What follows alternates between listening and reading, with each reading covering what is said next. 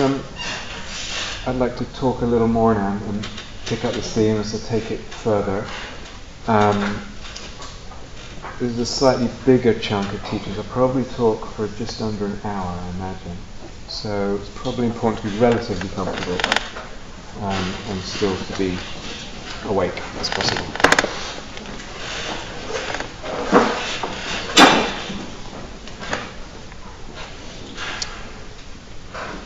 Okay.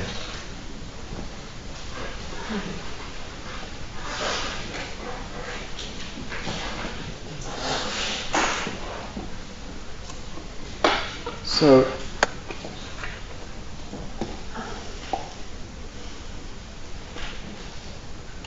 we were talking earlier about all the using these words image and fantasy in a way that the best I can find right now, but the many possibilities, possible ways that they might manifest, express themselves, be sensible in our lives and in our meditations.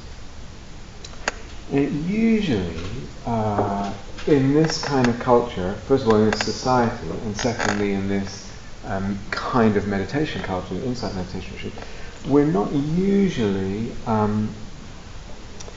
even aware of what fantasies are running through our life. I don't mean just the sort of flotsam and jetsam of daydreams and nonsense. I mean the deeper currents of fantasy. We're not usually aware. We don't usually think that way.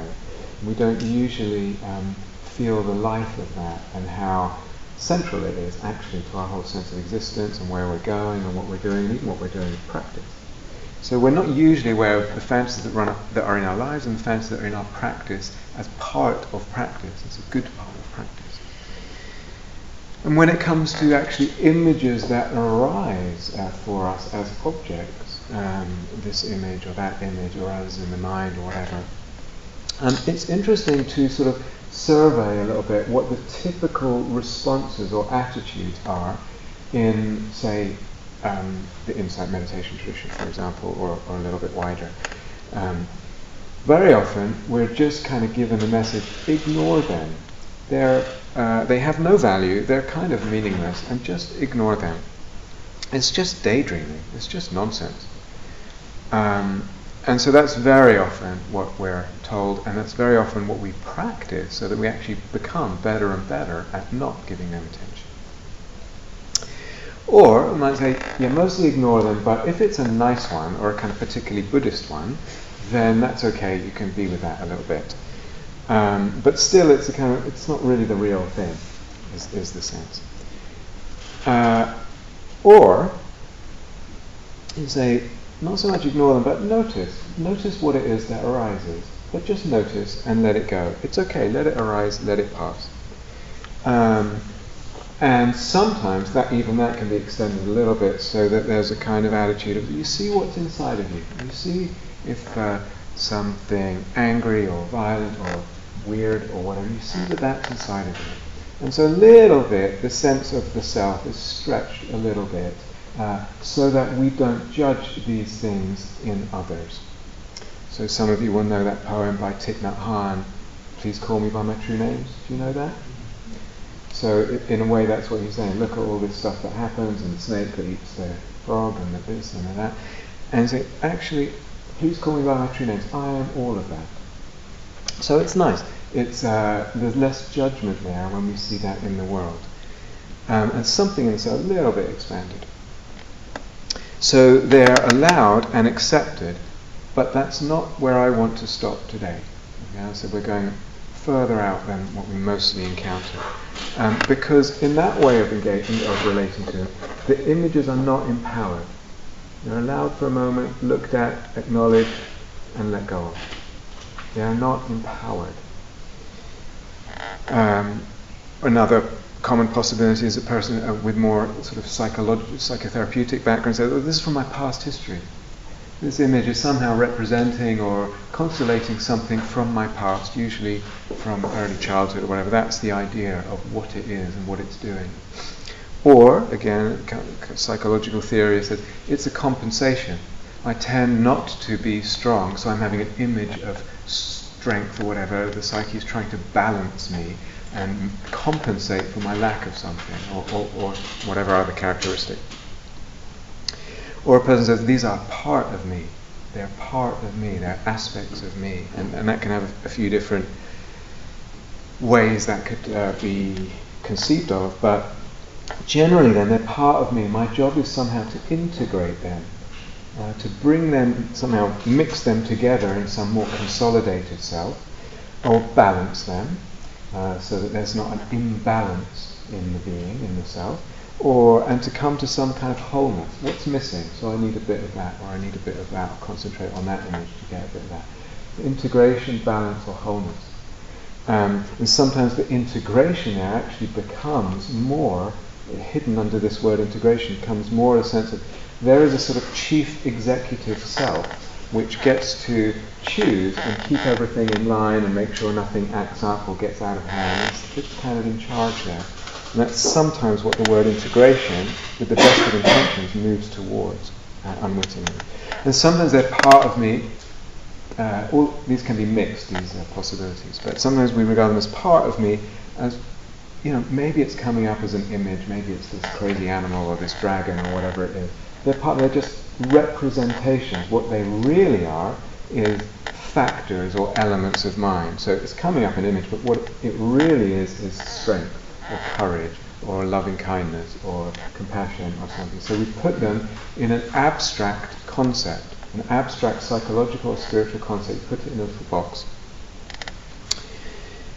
And again, often then the orientation is to integrating, to balancing, and to moving towards a kind of wholeness. That's the sort of direction of aspiration.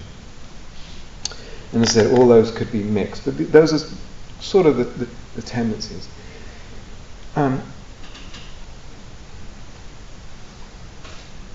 It strikes me as maybe not almost impossible to prove any of that. Almost impossible to prove any of it.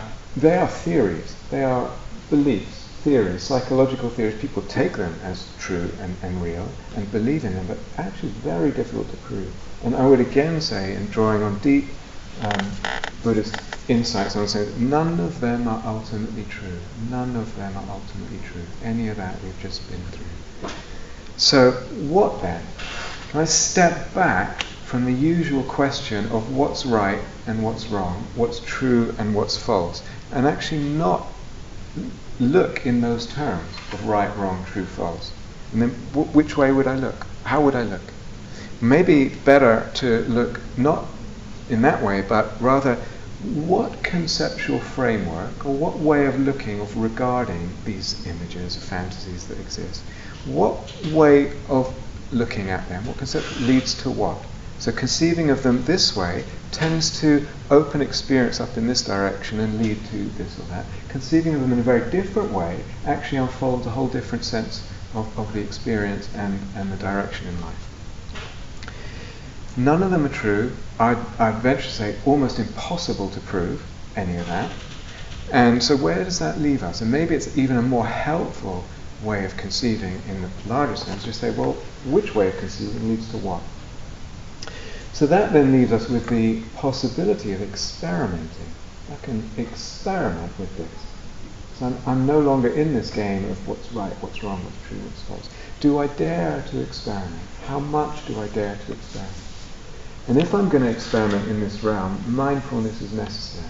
That's my tool. I cannot experiment without sensitivity and mindfulness. And by that I mean particularly a bodily awareness, an awareness of what this feels like and how it changes with different images and emotions and reactions and resonances. The sensitivity and mindfulness to the body and the emotionality. And that's absolutely crucial, because it's that distinguishes all this from daydreaming. When we're daydreaming, there's none of that. We're lost. We're gone. We're not in touch here. So what makes this, we could say, imaginal practice versus daydreaming? It's that, partly. So that with this sensitivity and mindfulness, then I can feel what are the resonances, as I said earlier. What does this stir in me? How do I feel this image and the depth of it and what it resonates in itself and in me? What are the particular emotions, the pathos that it stirs? What's the quality there emotionally? It might be quite complex. What are the energies that it opens in my body that I can feel because of the mindfulness and because of the sensitivity? And what's its particular sense of meaningfulness? And I'll make a distinction between that word meaningfulness and the word meaning. I don't know if this is correct English, but meaning, I've reduced it. It means this. It means courage. It means strength. It means whatever it is. Meaningfulness is something you can't really get to the bottom of. There's a sense of resonance of meaningfulness. It's more like a poetic image. You can't arrive at the bottom of it. It does not reduce to something else. So all that is included in the mindfulness and the sensitivity if we're making a practice out of this and experimenting. And what if, further, I don't judge immediately the image by its obvious nature? So I might have an image that is very beautiful in a traditional sense, very peaceful, very sort of soft or white or whatever, very conventional in some sense. Or I might get an image that in some way is kind of strange or grotesque or perhaps violent in some way, or a weird kind of pathology in it, or strangely erotic or something. What if I don't judge the image by the content of the image? Because any or all of those, even strange, weird, violent, erotic, whatever, may be right. They may be important for us. So I have to stand back from my immediate inclination to judge it based on a usual framework of what's good, what's bad, what's spiritual, what's not. How can I tell if an image is important for me, if it's right, so to speak? How can I tell? Well, that's why I say use the body, what I call the energy body or the subtle body energy. It's that this field here, I can feel the resonances there. I can feel how the energies move or come into alignment or whatever.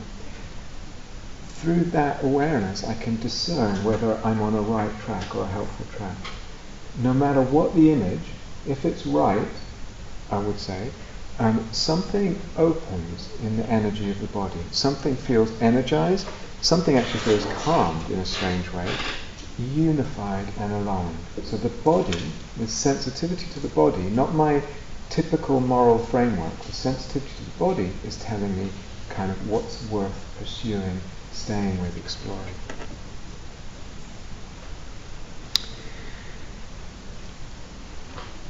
And I will see a few things. If we experiment this, we're going to see a few things undoubtedly. One is that the relationship I have with an image always shapes it and always colours it. So it's not independent of my relationship. You can see this in nightmares.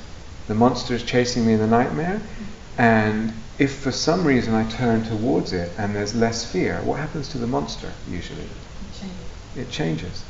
It's not independent of my relationship with it. That's true of nightmares. It's true of this image work, what I'm calling imaginal practice. It's also true of any perception, actually. It's never ever separate from the relationship that I have with it. Even a body sensation of pain, a heartache, whatever it is. Always my relationship is part of it. So I'm going to notice that, and it's important to realize that. But I notice something even more fundamental than that, actually. If I dare to experiment, I start to realize that the view that I have, the way of conceiving that I have, which I may not be conscious of, the view and the way of conceiving make more difference than anything else. Here's this image, and the conception of it that I have is the most, in the end, it's the most powerful thing and the most interesting thing about all this. I could probably sit here all day and tell you the most weird and strange images that either I've experienced or people have reported to me. But in the end, it's not the nature of the image so much as the conception of it that is the really interesting and the really sort of fertile aspect of all this. But the view, the way of conceiving, it makes a difference, a huge difference, and it determines a lot of what comes up. And again, you can see this with any experience. Any perception or dream experience or imaginal experience, you can see it in the realm of the emotions. How much for, let's say, catharsis, the catharsis of emotions from the past, so-called. When I believe in that, it's a conceptual framework. And that believing in that conceptual framework tends to trigger more of that stuff. When I actually bring some questioning into that, it tends to not generate that process so much. What's going on? It's because it's not an ultimate truth and it's not separate from the mind's conceiving. Okay, so even now, if, or even by this point, if you're listening, and so far from everything you've heard in your life, from dharma things and read, etc., and all your understanding, if the way of conceiving dharma is basically learn to calm down a little bit, to relax, calm down, even out a little bit, and learn how to be mindful, to meet something called life, which is taken to be reality in some way. If that's it, calm down, be with experience. If that's what practice is, then probably a lot of what I've said so far, and certainly what I'm about to say, is going to sound completely nuts, just absolute nonsense. Irrelevant. It doesn't make sense.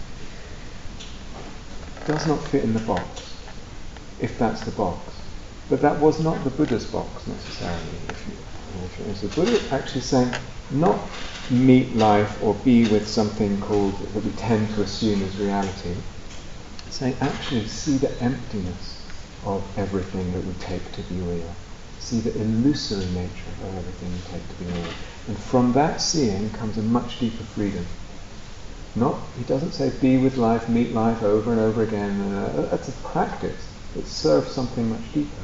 He wants us to see the emptiness of everything. From that comes a deeper feeling. For many people, some of you will just relate to all this imaginary business anyway, but for some people it's that understanding of emptiness that then legitimizes the whole project. Because I'm not cutting off my sense of reality and putting it in the normal modernist box, then I can walk through a door that's actually a lot more open. And I could take the experiment further, in fact a lot further, if I dare. And as I say, I'm not thrusting this on you to take just as much as feels useful. Now take the experiment further, because reality is not fixed in this way, and because I cannot prove any of these frameworks and theories, and because I understand that the way of conceiving affects what happens, it determines what unfolds. Because of all that, I can take the experiment further, and I can begin to entertain certain ideas, just to see what happens. That word idea, by the way, some of you know, the word idea is it's from a Greek word eidos, E-I-D-O-S, I'm not sure how to pronounce it. And it means Greek for idea, but it also implies in the ancient Greek the way we look at things, so that we are always, whether we realize it or not, looking at ourselves and at the world and existence through the lenses of ideas. Most of the time we're not aware of this. But what if we entertain certain ideas, or an eidos, and entertain, maybe these images or these things are more autonomous. Just give them, grant them that they have a bit more autonomy, or a lot more autonomy than I would tend to assume. What if we entertain the idea that they want something? This or that image wants or even demands something of me. T.S. Eliot wrote an essay once called On Poetry and Poets, and he wrote of how one can be oppressed by the burden which he must bring to birth. Something is demanding or asking something of me. And again, if I share from my years ago, this sense that something was coming through, say someone like Jimi Hendrix, something was being asked of him. Or that woman that I shared about earlier whose mother died, and how much she related to this idea that the dead mother was alive and asking something to come through. There's a demand there. So what if we entertain that kind of idea? And what if we entertain the idea of not integrating these things, not subordinating them to this chief executive self, not pressing them together in some kind of balance, wholeness, aspiration of wholeness? What if we don't tame them? We don't try and tame them. What if we seek more to enliven them rather than tame them? What if we seek to enliven them, to enliven their power, to give them their power? Listen to this. There's a wonderful poem by Rilke. It's a long poem, so I'll just read you a little bit of it. He starts the poem, he's looking out the window and he can see a storm approaching and he senses the power of that storm. And then he says, and listen to this in the light of what we're talking about, what we choose to fight is so tiny. What fights with us is so great. If only we would let ourselves be dominated as things do by some immense storm, we would become strong too and not need names. When we win, it's with small things, and the triumph itself makes us small. What is extraordinary and eternal does not want to be bent by us. I mean the angel, he says. What is extraordinary and eternal does not want to be bent by us. I mean the angel. So what if we entertain these different ideas and we see what that opens? What if we do not reduce them to this or that?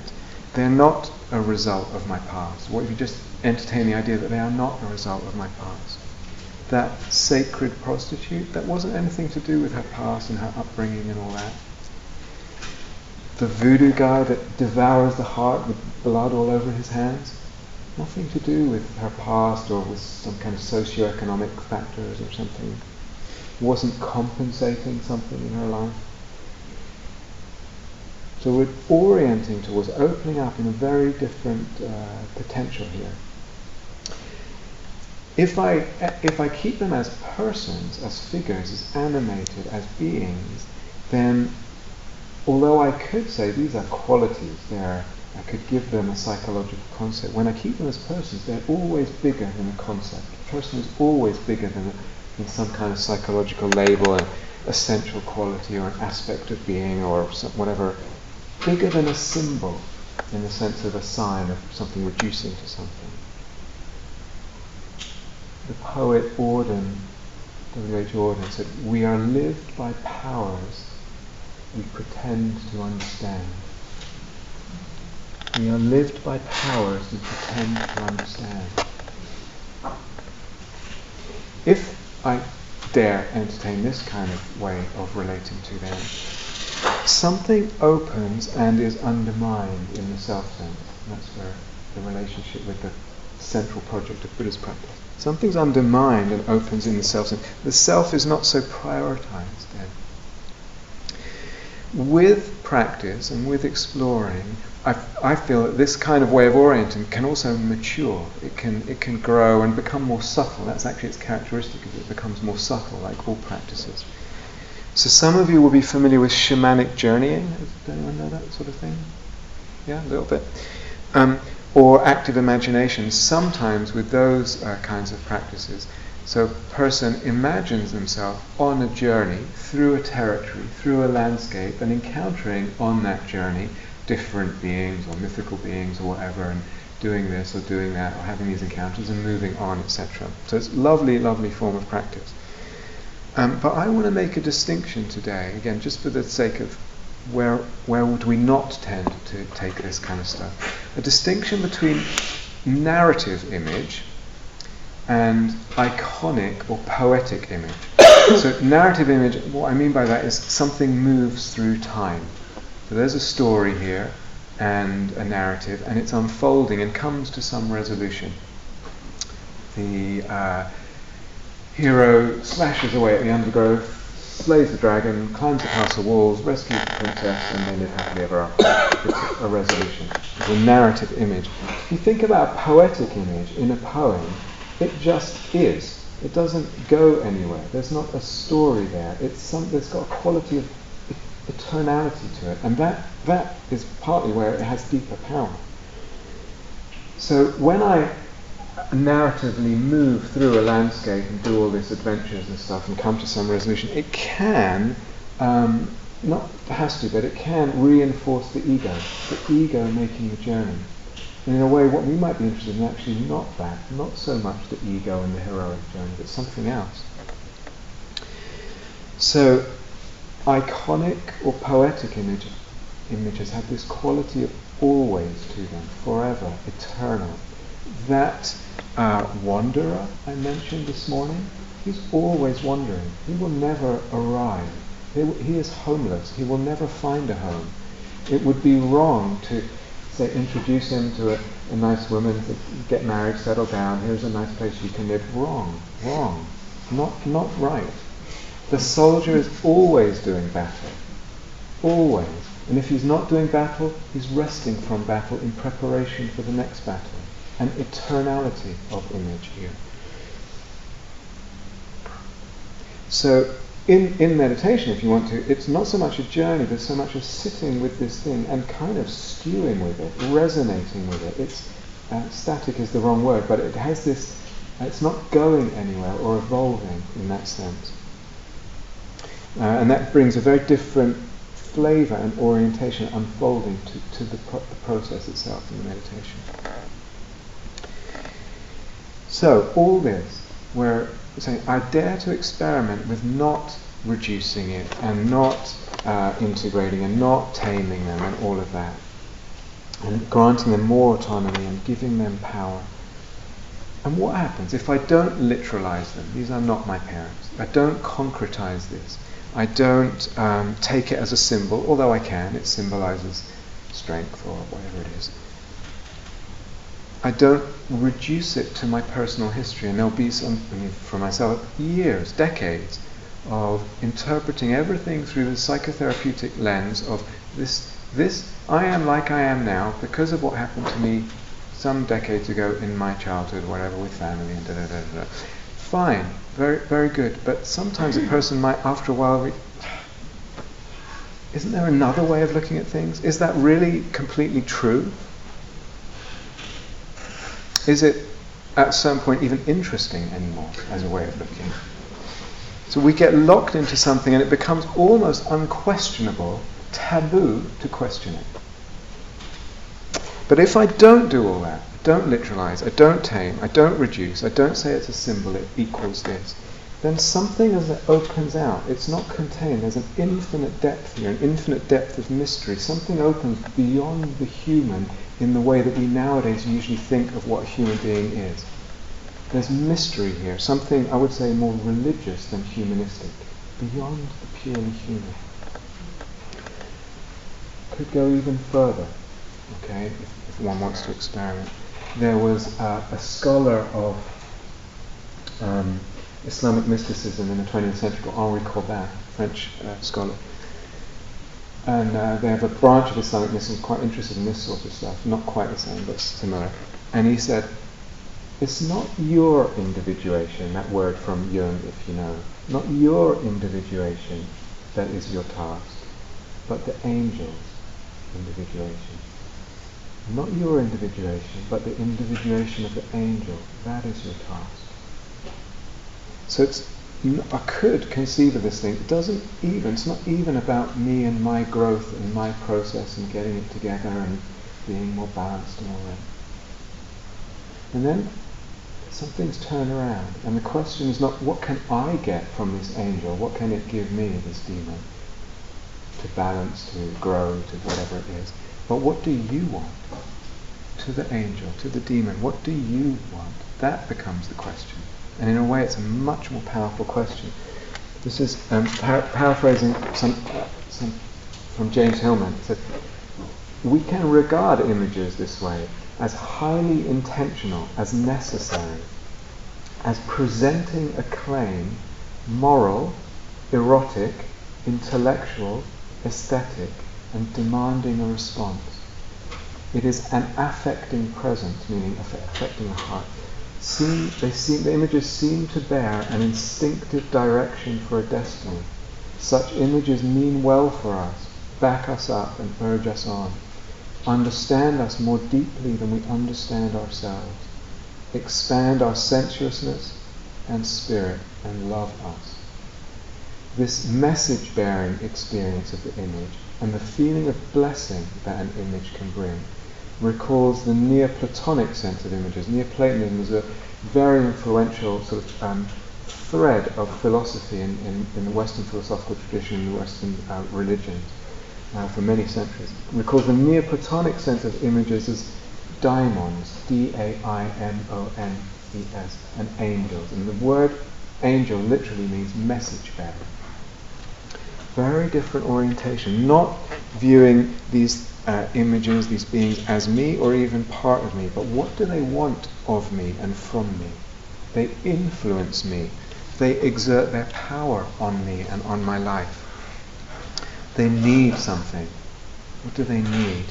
They influence my perceptions. They influence my ideas. Back to that word eidos. They have a particular aesthetic style. There's different kinds of beauty associated with different kinds of beings, if you like, different kind of persons. They have their own style of morality or values. Start to conceive or have the possibility of conceiving of existence in a very different way. Is that flying dragon or that soldier or that wanderer that I mentioned, are they mirroring my life? Is it because I have certain experiences that these images arise? Or is it equally, or perhaps even more the case, that my life mirrors those images?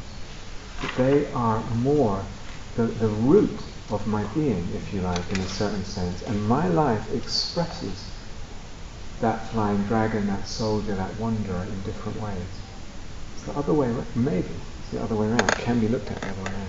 And then go even further. What if I might ask, can I serve? Can I serve these persons? Can I see or conceive of the psyche as being bigger than the human? It's not in here somewhere. I am in something bigger. There's James Hillman again talking about this.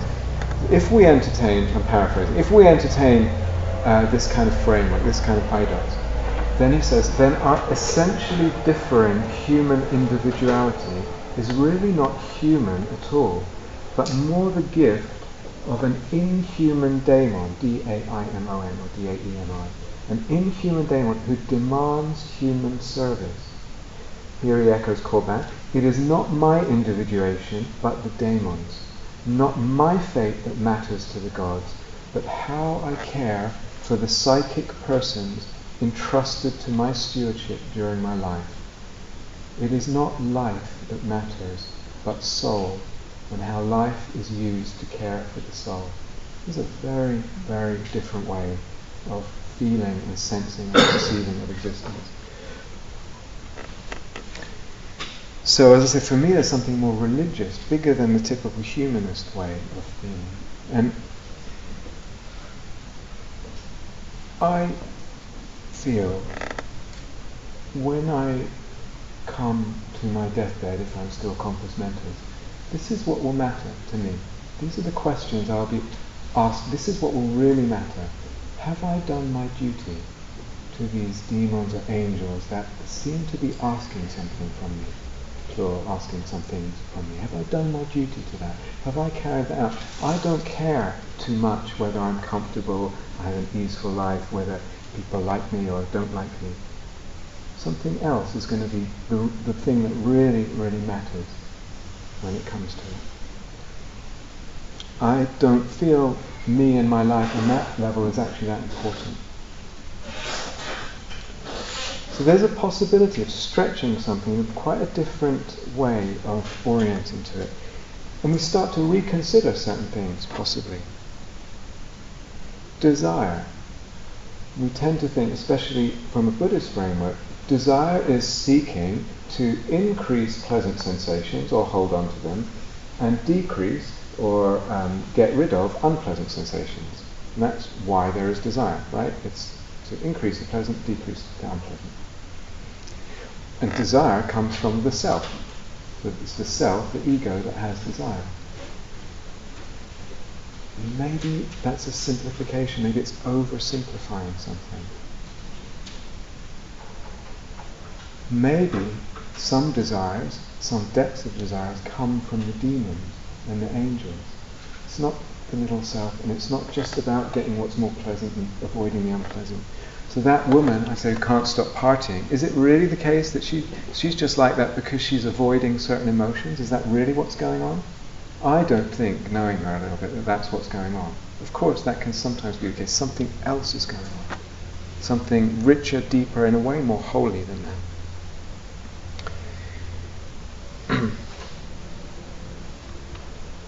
Okay, so if you're listening and you might feel, well, this is pretty bonkers, and you might also feel this is pretty dangerous. It seems to feel, I don't know, it's pretty dangerous.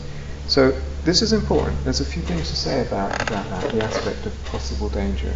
First thing is to say, as a more general thing, and then to get into specifics. First thing is to say that any path, any technique, any practice, desire is for maximizing the pleasant, maximizing pleasant sensation and minimizing unpleasant sensation.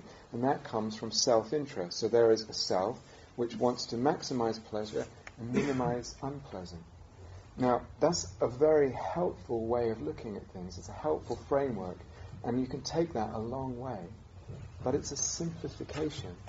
And I just wonder, is it really the fullness of what's going on? Or is it sometimes that desire comes from the angel, comes from the demon? Not even mine. It wants something. So this woman who is listened to so much dharma and blah blah blah, and yet can't seem to stop the partying and that, this and that I was telling you earlier. Is it really that she can't handle her emotions and it's kind of avoidance behavior? Maybe in some cases, or to an extent. Or is something else coming through? Some other god, if you like, is calling her, is moving her. Maybe Dionysus, the god of ecstasy, craziness, fragmentation. Is it really that she's just seeking to maximize pleasure and avoid the unpleasant emotions that she can't handle?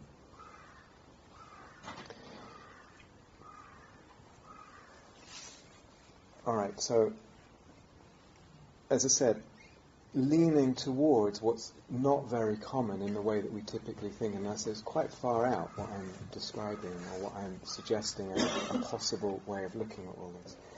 And you might feel a little bit uncomfortable. So this sounds dangerous to me, what you're suggesting. It sounds a little on the edge of perhaps nuts. So let's say a few things as kind of caveats or being a little careful. One is, and I'll repeat this, we're not talking about belief. We're not talking about something to believe, some objective truth that you can prove in a scientific experiment or something. We're talking about something, we're talking about a mythical, entertaining a mythical sensibility. We're talking about a way of looking, entertaining a way of looking, an idea that leads and opens up in a certain direction, or opens up certain things. Will it make you happy? Well, yeah, some of this there will be a lot of happiness, but not always. That soldier is not particularly happy. That wanderer, it's not particularly, it's got a kind of, but not really. Will it make you free? Will it lead to freedom? Yeah, at a radical level, deeper probably than even the conception of freedom that you might be entertaining. There's a whole other level of freedom available here. We hadn't even realized that it was available. But even then, it's not so simple. You guys okay? Getting tired? It's okay to say a bit more? There's a radical freedom available here, but it's not that simple. Because if I say, there is this duty, or there is this burden, or I feel like there's this beautiful duty and this serving, it's not quite 100% free, is it? I've got this duty. So yes, happiness, sort of sometimes, not others. Yes, a certain kind of freedom at a very deep level, but not in the total way that we might have imagined. Maybe introduce a word that's really gone out of style, soulfulness. What might this bring is a dimension of feeling and awareness into the existence we might call soulful. There's something about the resonances, the meaningfulnesses, the depth, the richness, the beauty, the different kinds of beauty that one can feel there. And there's a possibility that one senses one's life and one's death in very different ways. Very different ways. Some styles of practice, it's almost like they can become a bit one-dimensional. And here's the possibility of opening up other dimensions, a sensibility to other dimensions of existence. Maybe a better word than happiness is fulfillment. If something feels right because something is knocking on my door and pulling me and pushing me, and something is fulfilled through following that. And Socrates apparently said, this is from Norman Brown, he says, "Our greatest blessings," says Socrates in the Phaedrus, "come to us by way of madness, provided," he adds, "that the madness comes from the God. Our real choice is between holy and unholy madness." And for some, our greatest blessings, says Socrates in the Phaedrus, come to us by way of madness, provided, he adds, that the madness comes from the God. Our real choice is between holy and unholy madness. And some people, and maybe even some people listening today, or I know some people here from experience, actually feel, if you use a certain language, a calling in this direction, to explore in this way, to entertain this kind of ideation. There's, if you like, to use a certain language, a soul necessity. It feels necessary to go in this way. Maybe not at the exclusion of others, but this feels important. Now I can use that word soul without ever meaning an entity or some solid thing or anything like that. I use it more as a way of looking. There's a way of looking that unfolds soulfulness, that unfolds this resonance and meaningfulness and depth and kinds of beauty and other perspectives on existence. So soul, if you like, is a way of looking. And I can use that word just as I use the word, or we use the word self. We know it's empty, but we can use that and it's helpful. Or I can use the inner critic idea. We know it's not real, but it's helpful as a concept. Or the words angel, demon. Again, I know they're empty, but they can be really helpful. Or I can talk and see in those terms, and that unfolds something that might not unfold or open from another perspective, another way of looking. Okay, so that was caution, or caveat number one, is really we're not talking about belief here. We're talking mythically about entertaining ideas. Second thing, and again, and you might feel, well, what about ethics here? You know, if you've got some crazy person there or very violent, won't you act out? Isn't there a danger of acting these crazy things out? What about suicide bombers? Don't they think in this kind of way and that sort of thing? Again, I repeat what I said this morning, knowing image as image. Knowing image as image. But adding to that, again, what I said this morning is that images exist for us even when we don't realize. So when I say know image as image, I particularly mean be aware of images that we don't even recognize are images. When people declare holy war on other people, and those other people declare a holy war back on those other people, are they not all completely entranced by certain mythology and images? A war against evil, or blah, blah, blah. It's an image, it's a mythos that they're failing to see is exactly that, is a mythos, is an image. Not knowing image as image. That's where the danger comes. Not in the image of warrior, or even in the image of holy war. The danger is in the literalism and in the blindness to seeing image as image. And as I said, when I do see image as image, then it empowers these things and also disempowers them. Empowers them helpfully, disempowers what's unhelpful or dangerously unconscious there. And sometimes, working in this way, one might feel that something is being asked that needs expression in the world. I need to say something. I need to communicate or manifest something in a certain way. It could be vocally, it could be artistically, it could be in the style of the way I do something. Something needs to manifest. And other times, nothing needs to manifest on a material level. But I need to honor something. I need to listen and feel the beauty in something. So there's also that question. what needs acting and what doesn't need acting, what just needs honouring, needs feeling into the different beauties that are offered there, the soulfulness there. Again, talking about cautions, sometimes people talk to me using this language, and I feel uncomfortable because some things, it's almost like they're taking it too literally and taking the self in the middle of it all. They believe too much in themselves. The person says, this healing chieftain appeared to me and he blessed me with the power to heal other beings and blah, blah, blah, and there was this imaginal ritual. And then they feel themselves like they're taking it way too literally, and it all sounds so stiff and a little bit pompous. There's too much self there, and it makes other people nervous.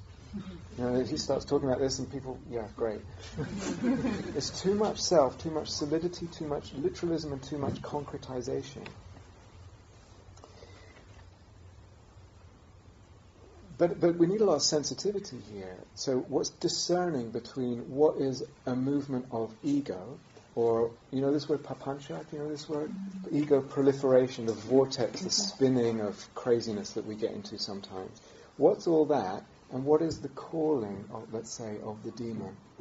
Or, and to use John Keats, the poet, his phrase, what is soul-making as something different from ego and papancha? Sometimes it's not so easy to tell the difference. So again, back to the body, the sensitivity, the emotional resonances. Papancha and ego tends to stay pretty petty. It feels petty, it feels cheap. It tends to just loop in small circles around and around. Whereas the other stuff, we feel the body, it tends to open something, even if it looks weird as an image, it tends to open up the body, the heart, the body, there's an alignment, there's an energization, expansion, as I was saying before.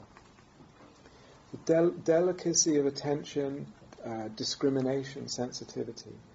Sometimes right in the middle of what we call papancha, that kind of craziness that feels so much like ego, there's something, let's say, holy, that wants to come through. And it's partly staying stuck in the small loop because I'm not seeing the holiness in it. And that's what's keeping it stuck in the small loop. And it stays as papancha, and it needs a different relationship, and then it can open up. But I sometimes wonder whether this whole question is like, especially in these circles and also modern culture, we tend very easily to label something in ourselves or in another when we say, oh, that's ego. That's ego. And very easy to say, oh, that's ego. What does it mean? What does it mean? So, Hendricks again. He wrote these letters when he was young and he was just still learning his trade, and he went out on the road with different bands and he was gone from home for months and months touring.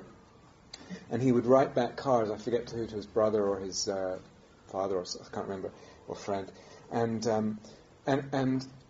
they, a lot of them would sound very boasting. So I play the blues like you've never heard now. I'm getting so good, you won't believe. I've cut everybody. He said, that sounds like ego, is it? Well, did you see that film? Did anyone see that film, Senna? The film about the racing driver. I was completely uninterested in Formula One. I'm still not that interested in it, but I went to see this film. It's very easy. Why does this guy want to be number one world champion? It's just ego. Drive a fast car, get the babes, da-da-da, etc. It's like, it's so easy to fit that in the box of just immature ego and the competition and everything. Is it really? Is it really? Is that all it is? Or is something else coming through? And does that other thing have a kind of beauty to it? A kind of necessity? A kind of divinity, even? Or you see someone and they're dressed a certain way, this way or that, and they're just looking for attention. Or they just want sexual attention. It's just ego. Is that really? I mean, in some cases maybe, or maybe it's a proportion, but is that all of what's going on? Something else wanting to manifest, wanting to come through. Some other god or goddess, if we use that language. You see this everywhere. In Buddhist history is rich with so much polemic and invective. And invective, is that right? An argument between people. So Chandrakirti was an extremely important teacher in the Mahayana, and he writes in his commentaries on this teacher that was a little earlier called Bhaviveka. And he's just, to use colloquial language, slagging him off endlessly in these texts. And he's making one mistake after another. He's a nincompoop, whatever Sanskrit for nincompoop is. it's all over the place in these teachers saying that these fools don't know what to talk. Only I know. You're lucky that I'm around as a teacher. And, broadcasting this in texts that then get reprinted. You think, what's going on? Picasso, in an interview, they ask him about Matisse, and he goes, Matisse, it's just a splash of red on the canvas. You think, what a nasty man, it's all ego. Tibetan and Indian polemics in the Buddhist tradition, there's so much polemic there. Even the Buddha, you may know this story, very, very shortly after his enlightenment, the first person he met said, wow, you look amazing. Who's your teacher?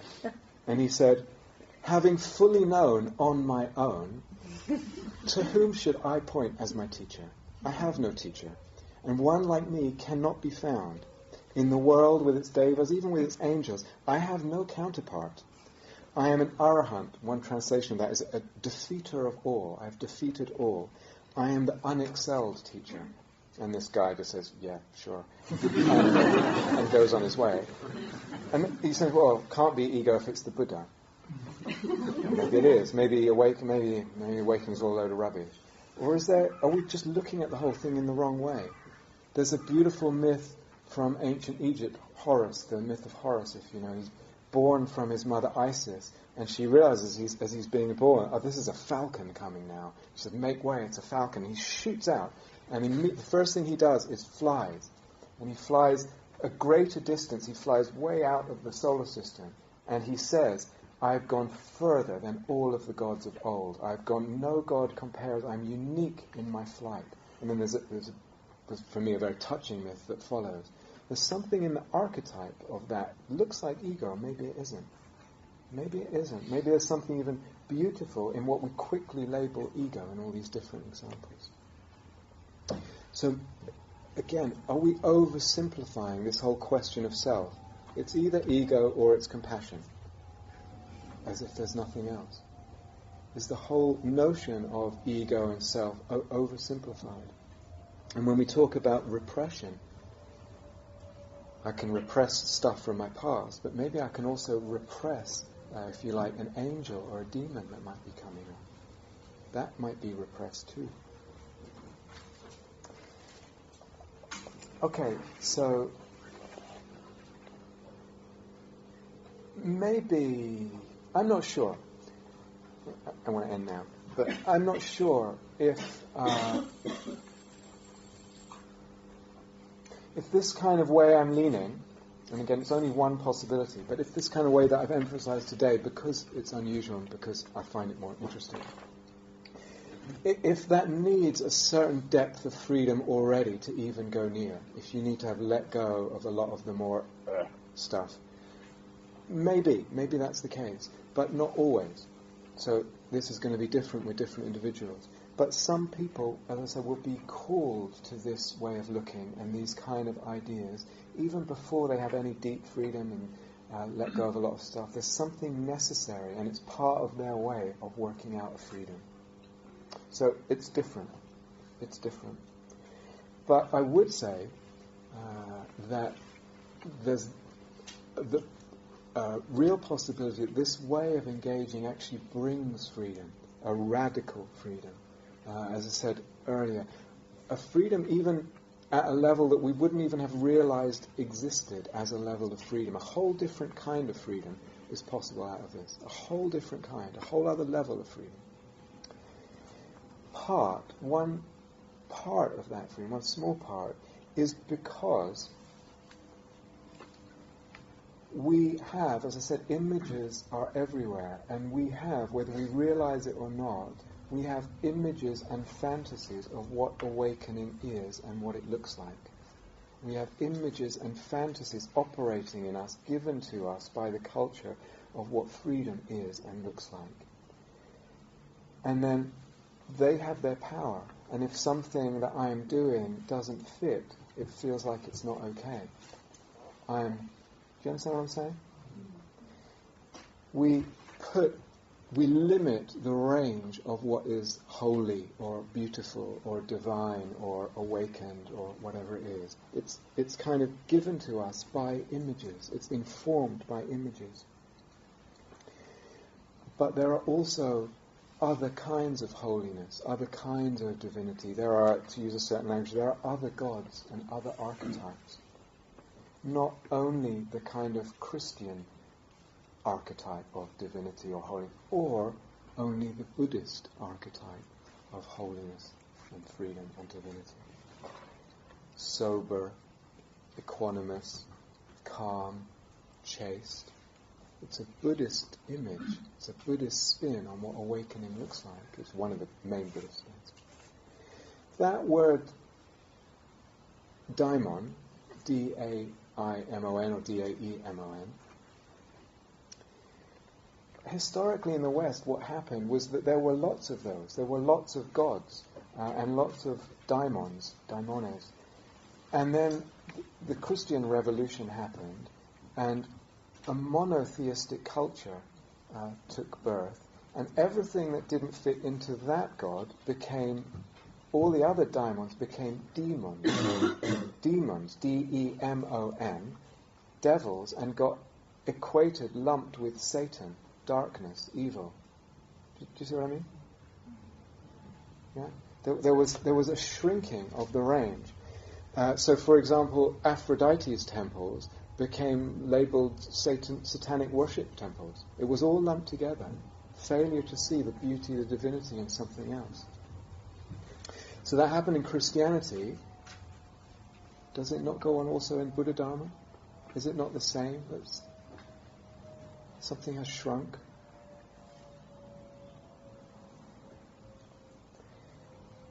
So, as I said, there's lots of loose ends and questions and implications here. One really goes into it. One of the things I want to say as well is that if you get into this, you start to realize, as I've said several times today,